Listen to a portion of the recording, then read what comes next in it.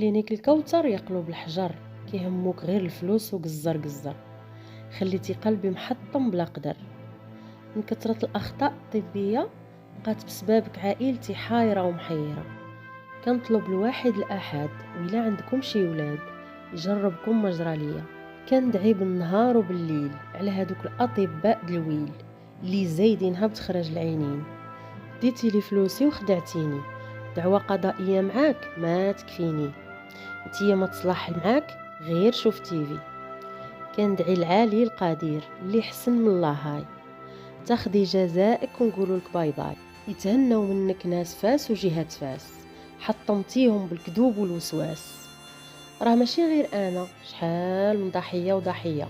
ها احنا معاك بعون الله حتى تبان القضيه. خوت كما كتشوفوا، قولوا لي كيفاش بنادم اللي يسمي راسو طبيب يدير لهذا الخطا الفادح ويقول لك سيري راه بان لي ورام في الدماغ ديال ولدك، ويصدق ما كاين لا ورام لا والو. اش من مبتدئ يقدر يدير خطا بهذا الحجم؟ فاش من كلية يقرا. منين شفت النتيجه ودخلت عند الطبيبه كنبكي، قالت لي وراه عادي هادشي، علاش درتي لي غير من ولدك باش تلقايه بحال هادشي. ومنين تبين بلي ما فيه حتى شي حاجه ورجعنا لعندهم، خباو الطبيب. ومن بعد واحد الساعه ونص ديال الانتظار كنعينا ديك الكتيبه، خرجت عندي واحد الكتيبه ديال 2 دريال، وبكل وقاحه قالت لي هاد الورقه هاد الكونط روندو ما مكتوبه حتى في بلاصه بلي ولدك عنده ورام، ومع انها دايزه على 4 ديال لي بروفيسور. نقولوا انا ما فاهماش وما عارفاش شنو كتعني ليزيون ولا ادينوم في شي كونط روندو. 4 ديال لي بروفيسور بما فيهم دي بروفيسور من فرنسا، من باريس بالضبط، اختصاصيين ديال الدماغ. اللي قرا هاد الكونط روندو كيقول لي ولدك خاصو يفتح دماغه. ومنين واجهتها قلت لها واش انتي خدامه مع الطبيب وما عارفاش شنو كتعني اون ليزيون، وزيدت لها ديك الورقه لوجهها.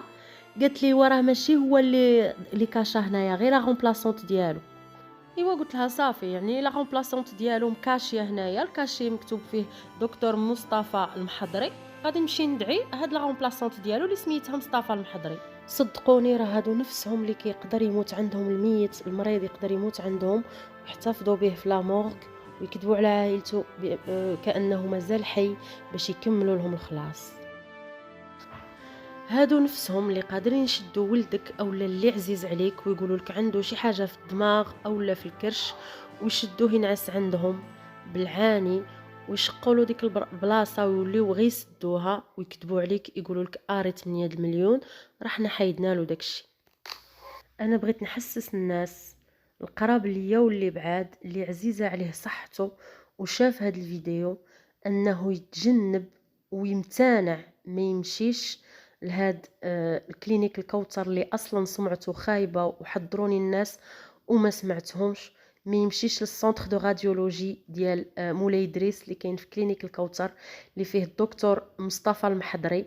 وهاد الكاتبه اللي صيفطها لي ديالو اللي خرجت فيا عينيها وقالت لي هاد الورقه ما فيهاش الورام، رجعتني كناكل الشوك.